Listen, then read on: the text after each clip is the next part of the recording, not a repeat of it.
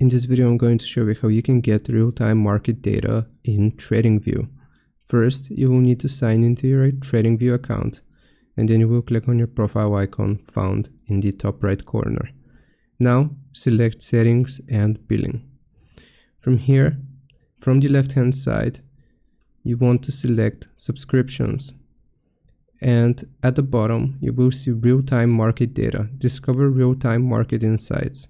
And you want to click on Explore Now.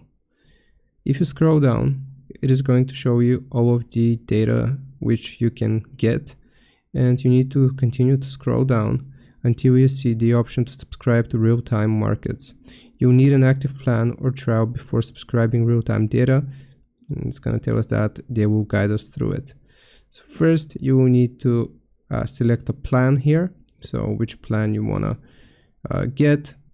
And afterwards, after you subscribe here, you will get real-time market data for TradingView. I hope this helps. Leave a like and subscribe. I'll see you next time.